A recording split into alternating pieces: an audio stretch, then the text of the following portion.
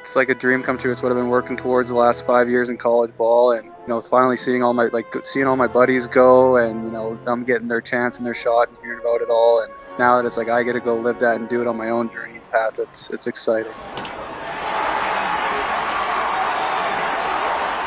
Welcome to episode 270 of Alberta Dugout Stories, the podcast. I'm Joe McFarland.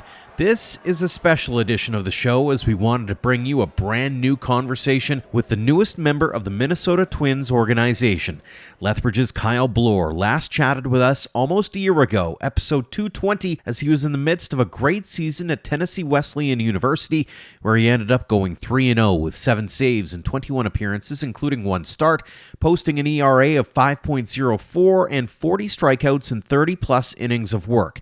Bloor had dreams of going pro, heading to Falmouth of the Cape Cod League, hoping to capture the attention of MLB scouts, but no one called during or after the summer draft, so in the fall he signed with the Sioux City Explorers and shut things down for a little bit. Then Bloor went back to work, particularly in March, where he was given the opportunity to pitch with the Langley Blaze during their spring pro tour. On Friday, the big announcement, as the 24-year-old had signed a contract with the Minnesota Twins. It was a dream come true for Bloor, who had a fascinating journey in the game, including Prairie Baseball Academy's JV team and Colby Community College. It's obviously been a whirlwind few days for Bloor, who's taken a few media calls as well, including from the Canadian Baseball Network's Bob Elliott, whose great story is now up on our website, and another few texts with me, which led to this great conversation about how the signing all came to be amongst a myriad of other things. Kyle, welcome back to the show. Thanks so much for joining us. Thank you for having me again. Times 2 now. And in less than a year, too. It's crazy to think. I wanted to start here, though. First off, congratulations on signing. That first and foremost. Secondly, how does it feel knowing you're now a member of the Minnesota Twins?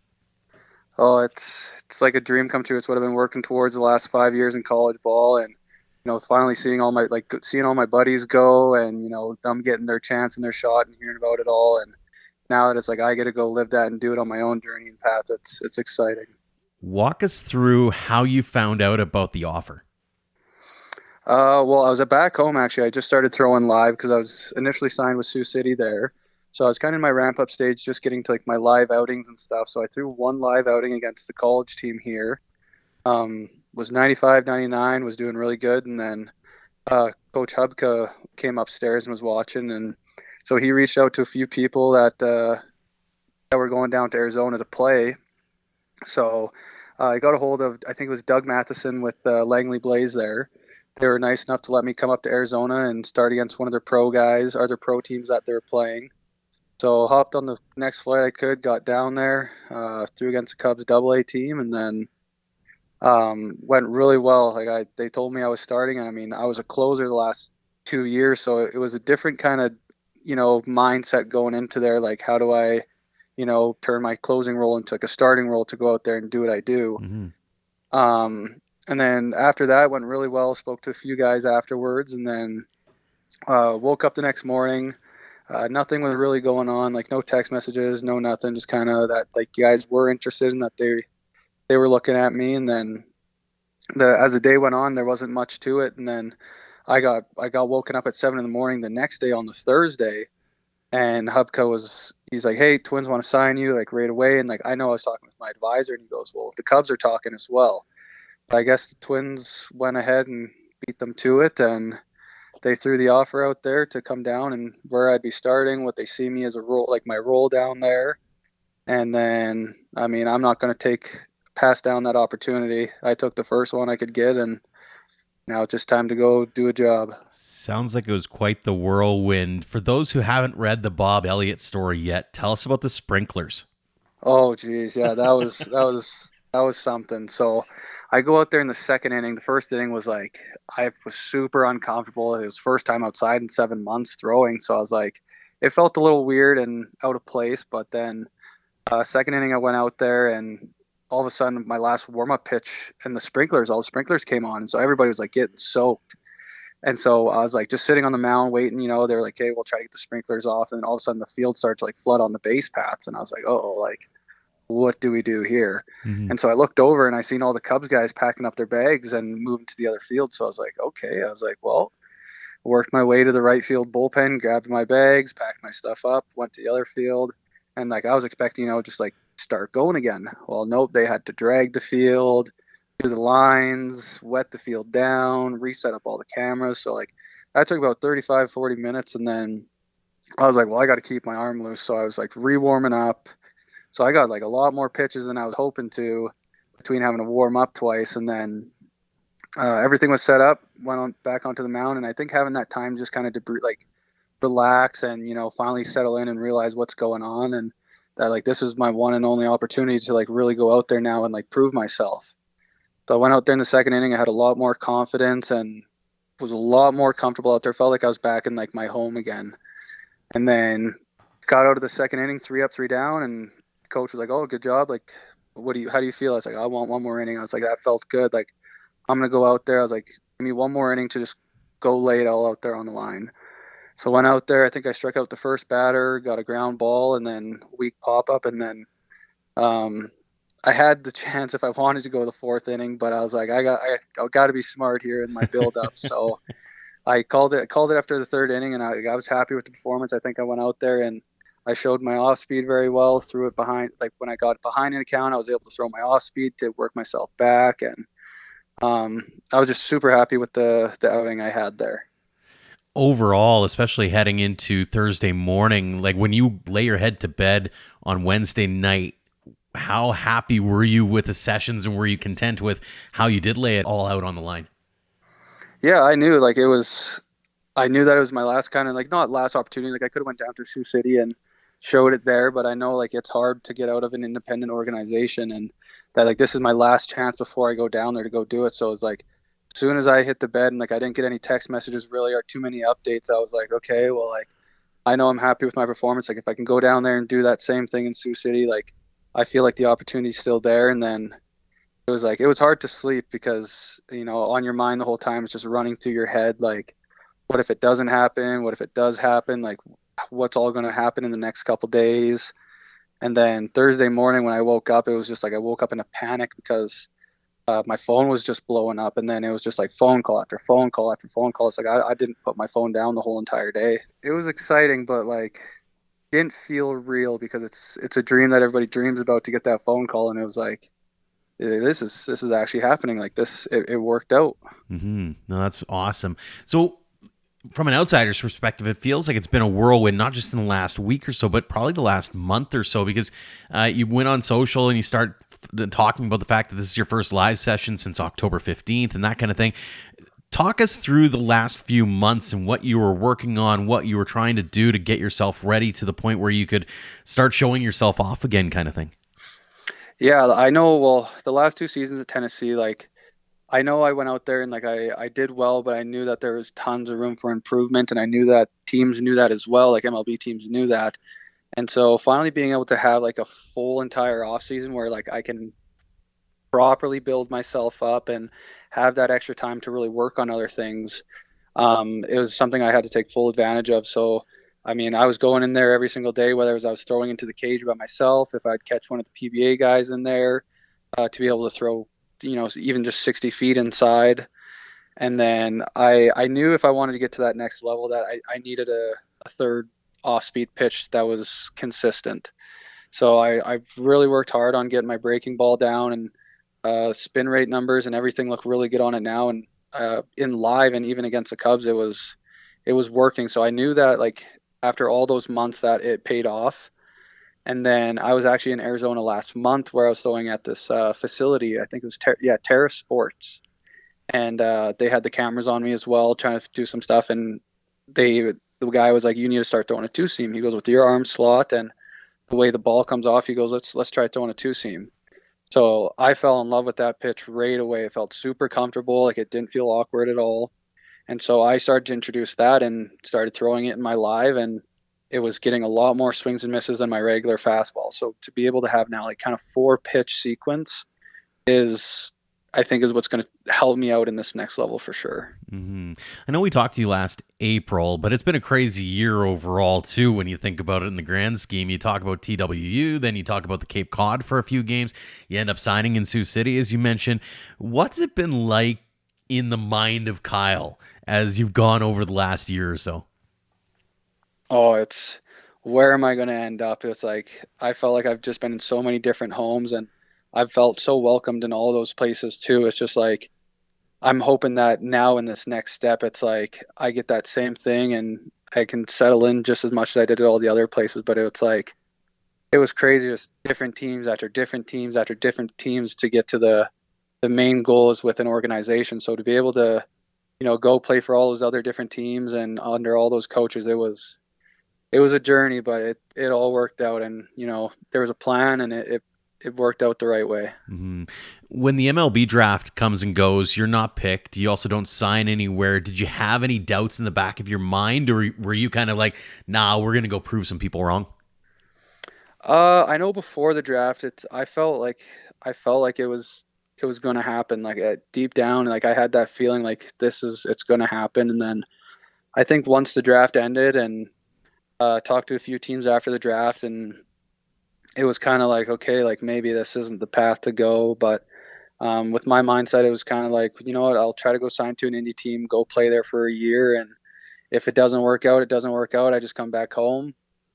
But I knew that Sioux City was my last opportunity. It was these all I've been seen by so many guys at Tennessee, and like so many MLB scouts came by and like had charts on me, and that in the back of your head you're like, okay, well these guys have all seen me, and I've heard the same thing. You need another pitch, you need to be able to do this, and it's like, okay. So when I knew that the drafting was finally over, I didn't go back to Tennessee Wesleyan. That off season was the most important time of my baseball career. Is that's where I needed to get my work in and change some things. Mm. Now that you've signed on the dotted line, you kind of alluded to it earlier, but what have the Twins said about what they're envisioning out of you and what's next as far as getting onto the field again and maybe finally seeing some live batters? Yeah, so they're all pretty informed with where I'm at in my build up and stuff. So they actually want me to go down there as a starting pitcher. So I mean, I have a little bit of time under my belt as a starting pitcher, and I know like it was always in my head that I felt more confident in the back end of the role of the pitching staff. But um, I think being able to mature a lot over this off season and really hone in that a starting position's better than a closer. Like it opens up more opportunity, and doing a little bit of research at start, it's better to be a starter than a closer in those organizations. So to be able to go down there as a starter and go do that is it's exciting for me because it's almost like a whole new chapter again now too. Like I'm used to sitting around for the whole game, going to the bullpen, hanging out, and then going in for like my inning or so, getting 3 to 4 innings a weekend. Now it's like it's a whole new mindset. It's like now I have to prepare for that one day for the week and just go prove it for 6, 7 innings, and I get that extra time to recover. But I'm super excited to go down there as a starter, and that's kind of where they see me at. And I think I'm starting in like their A program, so hopefully, go prove myself early and see how fast I can work my way up. You talk about the proving part. How driven are you to keep this thing going and to really take advantage of the opportunity that's presented to you, especially given that it's kind of happened, I'll call it later in the process. I mean, this has been a weird MLB year where there's been some guys who've been free agents for forever, but we're talking about March 23rd. Like the ramp up into this is going to be a little faster than maybe you had expected. Oh yeah, well it's like you like look at all like Trevor Bauer and all those guys, like all those guys who've had big league time and been successful in the big leagues, and it's like seeing those guys still sitting there waiting for a spot to get on a club. It's like, do I stand a chance? Like if these guys aren't signing all these other guys, like what makes them think that they're going to sign me? But I think that's where it puts that little bit of chip on my shoulder where it's not, I wouldn't say it's the cocky side of things, but it's having that mindset of I'm going to go out there and be better than everybody. I'm going to go prove everybody that doubted and didn't see this path in my life, and now that it's here, it's like I'm going to go prove everybody wrong. And with all the circumstances throughout the last few years that I've had to deal with, it's like let's go make all that worth it now. How much of this is going improving yourself? How much of it is also being a sponge and learning from all of the different people that you're now going to have access to? I think that's what I'm most excited about is being able to have that professional help and see where my actual full potential is. They can unlock some more things for me. Like I've always had great pitching coaches throughout the years, but to get into like, where you're getting all like the high tech cameras where they can check everything about you and like know exactly what needs to be fixed. I feel like that's what I'm most excited about, and I'm going to take full advantage of that as well because not many guys get the opportunity to have that type of access to those facilities and um, tools. So I think it's going to be super cool to see what my full potential is. Not just on the field too, but I remember in our last conversation you mentioned the fact that you used to go into the gym and want to be, for lack of a better term, a bodybuilder, and then you realize that's not the goal. Like you don't need to be buffed up; you just need to be buffed up in the right places, kind of thing. So to be able to Yeah. expand even on stuff like that, right? Like being able to go into the weight room and have something that is very projected towards you versus kind of doing it on your own, so to speak. Yeah, I know that's where I think my biggest jump in my career was finding the weight room. And now to be able to, you know, have that trainer that is like a professional in his side, like he's living out his professional dream to, do that as well and to be able to work with like their whole entire staff and lifting programs, it's going to be super exciting as well because like now I'm going to have the knowledge and know what I need to do and what that's going to benefit me in. Whereas like I'd try a lot of things out, see how my body would adapt to it, if it would work, if it didn't work. But now that to go down there and like know that what they're telling me is going to work is it's exciting. So the little birdie that told me about this originally, and I think it was on Thursday afternoon, was a gentleman by the name of Todd Hubka. And I wanted to see, as soon as I say that name, what comes to mind, especially in light of what's happened over the last few days here. Yeah, he's been awesome for me. I'm super grateful that he's let me use his facility every single day for free. Like he's never charged me to go in there. Every time I'm in there, he's always talking to me, making sure that I feel at home there as well. Because I did play there in grade 11, so I have some ties there as well. And just for him to like, they would be doing their bullpens, and I would come in on my lunch hour from work and sneak in there first. They would always, let me go throw to their catchers, take full advantage of their facility. And for him to, reach out to a lot of these guys down in Langley for me to come down there it was big because initially it was just go down to Arizona, throw a bullpen. Whereas him and Les McTavish reached out to Doug Matheson, where the coach of the Blaze, and they let me throw against their pro teams down there. So he's been helping me out a ton, and I know Josh Bergman he's the pitching coach there as well. Mm-hmm. He was drafted by the Cubs, so he's got some time in the organization, and he's learned a lot through there. So being able to have a guy that's spent time there and like knows what it takes to get there and stay in there, for him to help me out as well, and he knows a lot of the stuff about the Rapsodos and spin rates and stuff like that, where I didn't have like I had some knowledge of it, but he knows it in depth. So for him to, tell me about spin rates and what's working, how to fix things has been awesome. Very cool. When you think about this opportunity as well, I mean, Minnesota's not that far from the Canadian border, as an example, and the Twins have certainly been no stranger to Canadians as well. You think about Justin Morneau. How cool is it to think about that aspect of things, is being able to do it close to home and have that Canadian connection and those kinds of things that revolve around the Twins organization? It's pretty cool and special. I know I think he made a little comment in there with Bob Elliott on his side when he was talking. He was saying how um, the money, and I'm not there for the money at all either, but the thing he mentioned was that you don't make your money when you sign. It's you make your money when you get to the big leagues, Mm-hmm. and that's where it'll come. So I think it was pretty cool that he was able to speak a little bit in that article and mention me as well, and know that I was noticed by him. And just I know a lot of Canadians that go down to Minnesota for games. Like it's close to the border, kind of like a Seattle for us guys on the West Coast. Mm-hmm. So I think it's super cool, and I mean, hopefully one day I'm on the big stage and all the family, it's close to home, they can make a quick trip and be there for that as well. How cool is it to think about that side of it? Like, hey, if I put in the work and the stars align and all these pieces come together, this is one step closer to reality.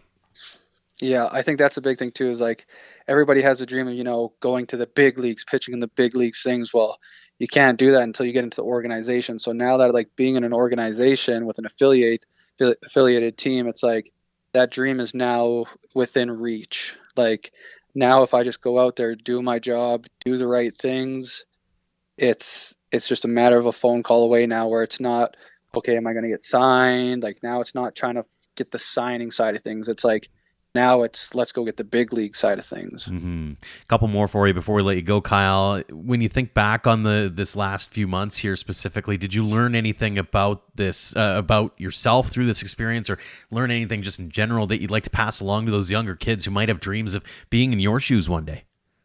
Yeah, I know being told by multiple clubs that, my age is a big thing, and some guys, people around town, you're too old to go, like you won't last long. You just got to ignore all those circumstances and you do what your mind says. Like if your mind's telling you you're going to go there and you're going to make it, then you keep to it. And sooner or later you get seen by the right person, the right guy comes around. It's all it takes is just to have that one person there. So those opportunities that you get, you don't want to let it slide. You don't want to, go out there and not give it your 100% because you never know, because it takes just that one guy to see you. And if he's there at the right time, you don't want to show your 80%. You want to be giving it 100 every single time. Final question for you, and I know I asked you the question about what baseball means to you last time around, so I won't ask that again, but I'll deviate from it a little bit. What's it mean to be an Albertan who has signed his first pro contract with an MLB team? It's pretty special. I mean, you don't really think about it too often, but when you do think about it, like how many baseball players are there in Alberta that have this dream and go to these high-end academies and go to these big-time schools out of Alberta that actually end up signing to a team. So to know that there's not a high percentage and amount of guys that go it's pretty cool to be part of that small percent, but it's still in a long reach away that, it's awesome to be doing this, but there's still a bigger light at the end of the tunnel, I guess. There's a lot of work left to do, so to speak. So, yeah. Kyle, congratulations again. Congratulations on the sign, and congrats on all the success you've had over the last year or so since we last chatted, and continued success in the Twins organization. Thanks so much for joining us here on the show. Thank you for having me so much. Thank you. Thanks again, and congratulations one more time to Kyle Bloor on signing with the Minnesota Twins. We look forward to keeping tabs on him during the season. We'll be returning to our regular Thursday episodes this week, as well as we have a CCBC season preview spectacular coming up, so subscribe on your favorite podcast app. And as always, a tip of the cap to our platinum supporters, the Okotoks Dogs, for all they do for us and for baseball in Alberta. For more on our incredible sponsors, head to albertadugoutstories.com/supporters. Until next time, thank you for all of your support online, on social, and on air of Alberta Dugout Stories.